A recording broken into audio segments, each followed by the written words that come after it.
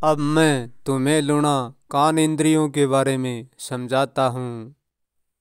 हमारा कान लूणा हर पल सुनने में सक्षम है। हमारे कान दो तरफ से सुनता है। हमारी भीतर की हमारा कान सुनता है और बाहर की भी कान ही सुनते हैं।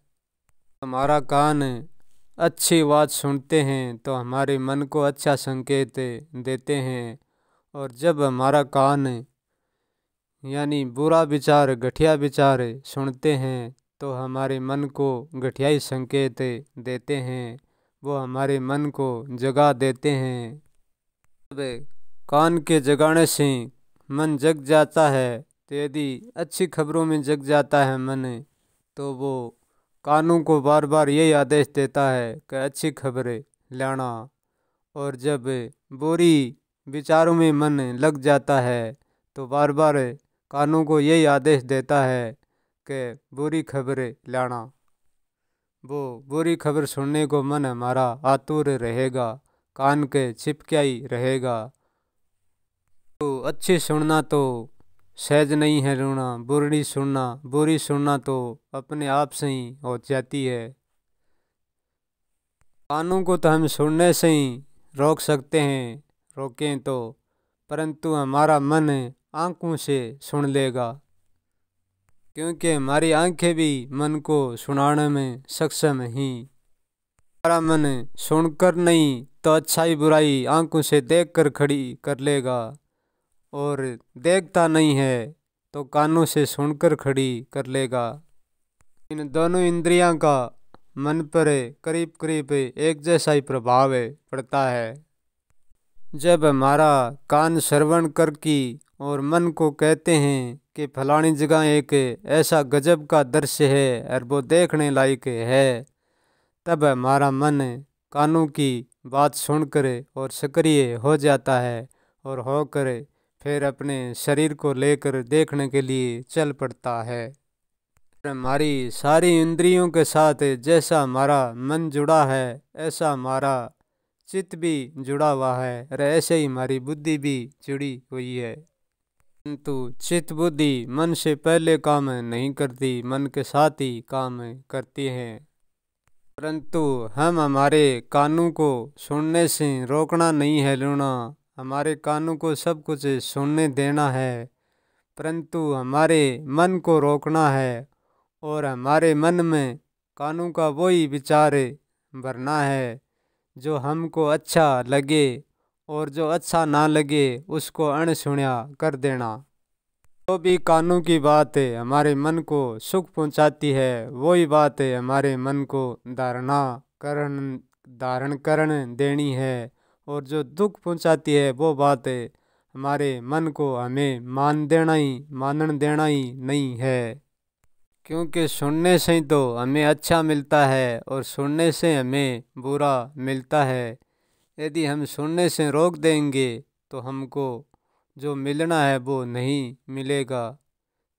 बुरा सुनने से रोकेंगे तो उनके साथ अच्छा सुनना भी रुक जाएगा। इसलिए हमारे कानों को सुनने से हमें रोकना नहीं है। कान क्या सुनाते हैं मायना ये बात नहीं रखती है, मायना ये बात रखती है कि हम क्या सुनते हैं। यदि हम अच्छा होना है तो हम अच्छा सुनकर ही अच्छा बनना होगा। यदि हमें अच्छा नहीं होना है तो फिर जैसा सुनना है वैसा कैसा ही हम सुन सकते हैं। हमारा चयन हम पर ही निर्भर करता है। किसी को अच्छा बनना है तो बुराई को सुनकर भी अनसुनी कर देना। किसी को अच्छा नहीं बनना है तो वो अपनी बुराई को सुनना जारी रखना। अब मैं तुम्हें लूणा नाक इंद्री की ओर ले चलता हूँ, उनका दृश्य समझाता हूँ कि वह अपनी सुगंधी में क्या क्या न्योता देती है। जब भी हमारी नाक इंद्री गंध सुगंध को ग्रहण करती है तो तुरंत हमारे मन को खबर देती है। यदि अच्छी खुशबू होगी तो मन को आनंद लेने का कहती है, और जे घृणा खुशबू होती होगी तो मन को नाक इंद्री रोकने को कहती है कि रोको हमारा द्वार, ये गंध बंद करो। ये हमारी नाक इंद्री हमारी घृणा की प्रतीक भी है और हमारे शरीर की रक्षक भी है, क्योंकि कोई प्रकार की गंध ये पहले से ही दूर कर देती है, हमारे मुख तक जाने ही नहीं देती है। नाक इंद्री की भूमिका करीब करीब शरीर के स्वास्थ्य के लिए अच्छाई के लिए होती है, आने के लिए कम ही चांस है, बहुत कम चांस है। सुगंध इंद्री रस पर प्रभावित तो होती है और मन को प्रभावित ही सूंघने के लिए करती है, पर बहुत ज़्यादा हर्ट नहीं करती। हम नाक इंद्री को रोक तो नहीं सकते, परंतु हमें अच्छी खुशबू के पास ही रहने का प्रयास करना है और गंदगी से हमेशा ही हमें बचने का प्रयास करना है। परंतु प्रश्न इस बात पर नहीं है कि हमारी नाक इंद्री क्या सूंघती है और क्या नहीं सूंघती है। निर्भर इस बात पर करता है कि हमको क्या अच्छा लगता है और क्या नहीं लगता है। हमको जो अच्छा लगता है वही हमें हमारी सुगंधी में रखना है। हमारे मन को गंध सुगंध दोनों से बचाकर समान भाव में रखना है।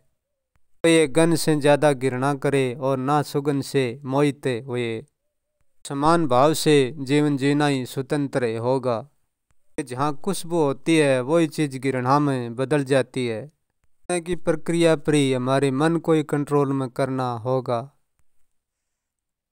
नाक जो सूंघता है उसे सूंघने दो, मन को रोक लेना।